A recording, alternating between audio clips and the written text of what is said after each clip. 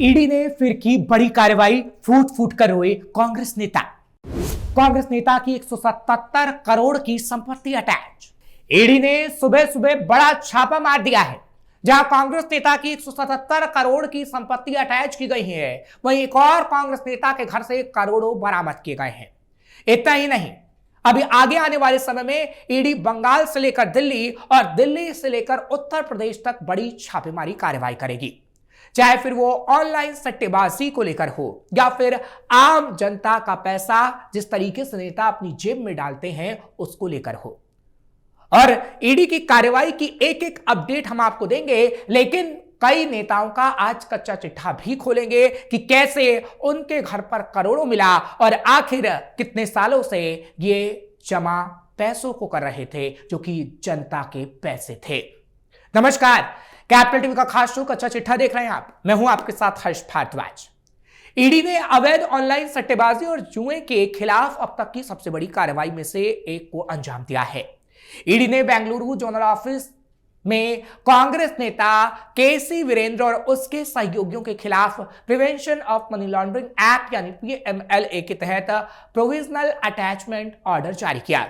इस आदेश के तहत करीब 177 करोड़ 30 लाख रुपए की संपत्ति को अस्थायी रूप से जब्त कर लिया गया।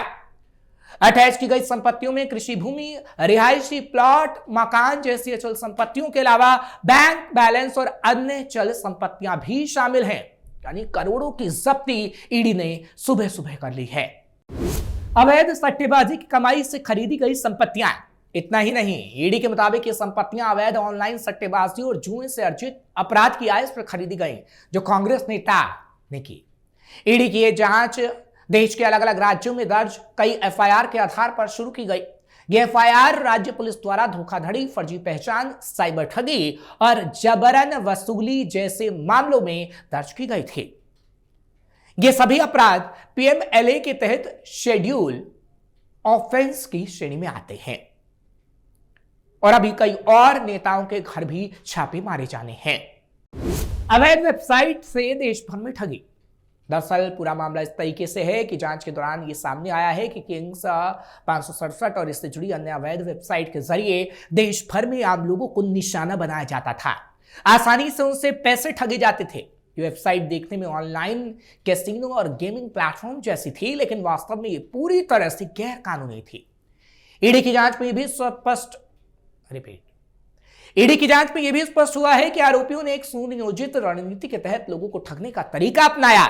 शुरुआत में खिलाड़ियों को छोटे दांव पर नकली जीत दिखाई जाती थी ताकि उनका भरोसा जीता जा सके और उसके बाद उनका बैंक बैलेंस तक खत्म कर दिया जाता था। फर्जी जीत, अकाउंट ब्लॉक और मनी लॉन्ड्रिंग का खेल। इसके बाद जैसे ही लोग बड़ी रकम जमा करते उनके अकाउंट ब्लॉक कर दिए जाते थे और जीत की रकम निकालने का कोई विकल्प नहीं दिया जाता था। लोगों से ली गई रकम को अलग अलग पेमेंट गेटवे और सैकड़ों म्यूल अकाउंट के जरिए इकट्ठा किया जाता था। इसके बाद कई परतों में ट्रांजैक्शन कर मनी लॉन्ड्रिंग की जाती थी ताकि पैसों के असली स्रोत को छिपाया जा सके। इस मामले में ईडी पहले ही पीएमएलए की धारा 17 के तहत देश के कई राज्यों में 60 से ज्यादा ठिकानों पर छापेमारी कर चुकी है और अभी 70 से ज्यादा ठिकानों पर छापेमारी करनी है। छापेमारी में 2300 करोड़ की अपराध की आय की पहचान। इतना ही नहीं, इन छापों के दौरान भारी मात्रा में नकली सोने चांदी के आभूषण, गोल्ड बुलियन, लग्जरी गाड़ियां, डिजिटल डिवाइस और अहम दस्तावेज बरामद किए गए। ईडी ने इस केस में केसी वीरेंद्र को पीएमएलए की धारा 19 के तहत गिरफ्तार किया था। इसके बाद मामले में विशेष पीएमएलए कोर्ट में चार्जशीट भी दाखिल की जा चुकी है। ईडी के मुताबिक इस मामले में अब तक 320 करोड़ रुपए से ज्यादा की संपत्तियां अटैच की गई हैं। वहीं जांच के दौरान 2300 करोड़ रुपए से ज्यादा की अपराध की आय की पहचान की गई है, जिनकी भी जल्द जब्ती हो सकती है, जिसे अवैध ऑनलाइन सट्टेबाजी और जुए के जरिए कमाया गया और फिर कई लेयर में ट्रांजैक्शन कर दिखाया गया। ईडी का कहना है कि इस पूरे अवैध ऑनलाइन सट्टेबाजी और जुए के सिंडिकेट का मास्टरमाइंड कांग्रेस नेता केसी वीरेंद्र है। पंजाब के पूर्व मंत्री सुंदर श्याम अरोड़ा के घर भी रेड। अब बात एक और कांग्रेस के नेता की करते हैं, क्योंकि पंजाब के पूर्व उद्योग मंत्री सुंदर श्याम अरोड़ा की मुश्किलें एक बार फिर बढ़ गई हैं। लंबे समय से जांच एजेंसियों के रडार पर चल रहे अरोड़ा के घर पर ईडी यानी प्रवर्तन निदेशालय और इनकम टैक्स डिपार्टमेंट ने दस्तक दे दी। मिली जानकारी के मुताबिक टीम ने उनके होशियारपुर स्थित आवास पर रेड मारी और दस्तावेजों की गहनता से जांच की जा रही है। सुबह तड़के ही ईडी के अधिकारी भारी सुरक्षा बलों के साथ सुंदर श्याम अरोड़ा के निवास पर पहुंचे। अचानक हुई इस कार्रवाई से इलाके में हड़कंप मच गया। बताया जा रहा है कि टीम के साथ आए अधिकारियों ने घर के सभी प्रवेश द्वारों को बंद कर दिया और किसी को भी अंदर या बाहर जाने की अनुमति नहीं दी जा रही थी। मोबाइल फोन और अन्य इलेक्ट्रॉनिक गैजेट्स को भी कब्जे में लेकर जांच की जा रही है। डबल करप्शन केस और आय से अधिक संपत्ति का मामला। दरअसल सुंदर श्याम अरोड़ा पहले से ही भ्रष्टाचार के 2 गंभीर मामलों में फंसे हुए हैं। उन पर औद्योगिक भूखंडों के आवंटन में कथित अनियमितताओं और आय से अधिक संपत्ति बनाने के आरोप हैं। पूर्व में सतर्कता विभाग भी उन्हें गिरफ्तार कर चुका है। अब इस मामले में ईडी की एंट्री ने यह संकेत दिया है कि जांच का दायरा मनी लॉन्ड्रिंग तक फैल चुका है।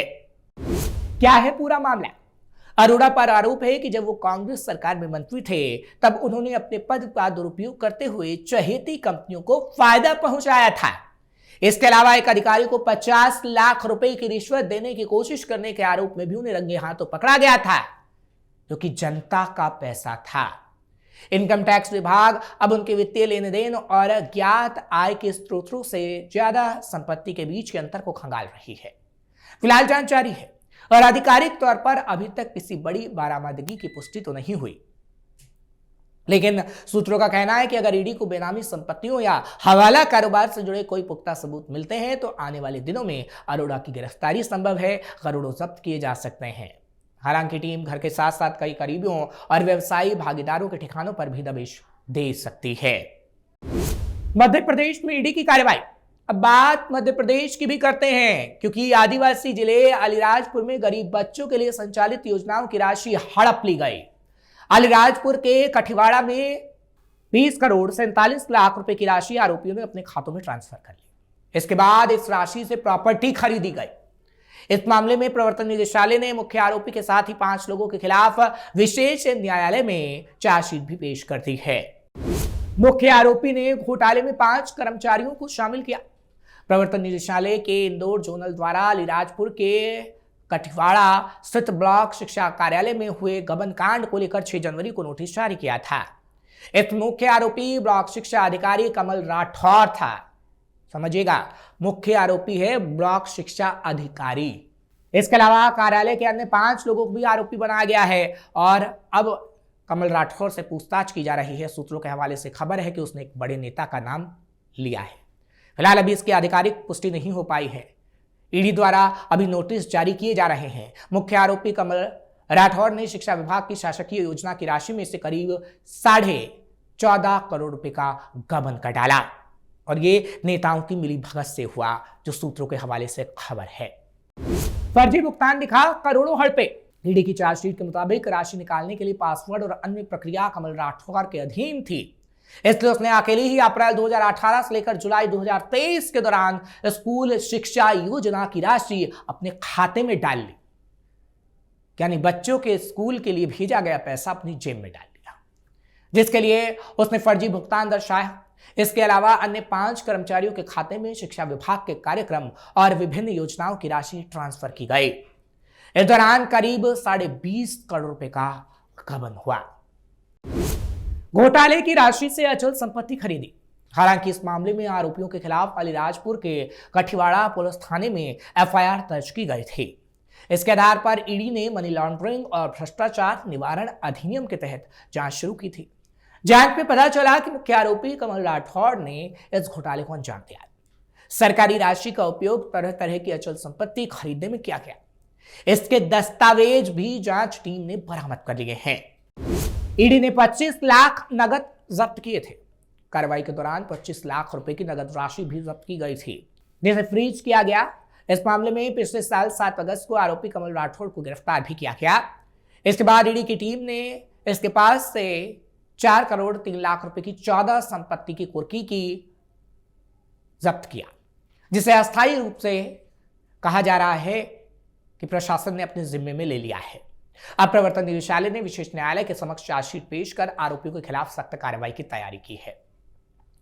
यानी सुबह सुबह ईडी ने एक नहीं दो नहीं कई जगह पर छापेमार कार्रवाई की है और अब आगे आने वाले समय में भी छापेमार कार्रवाई की जा सकती है।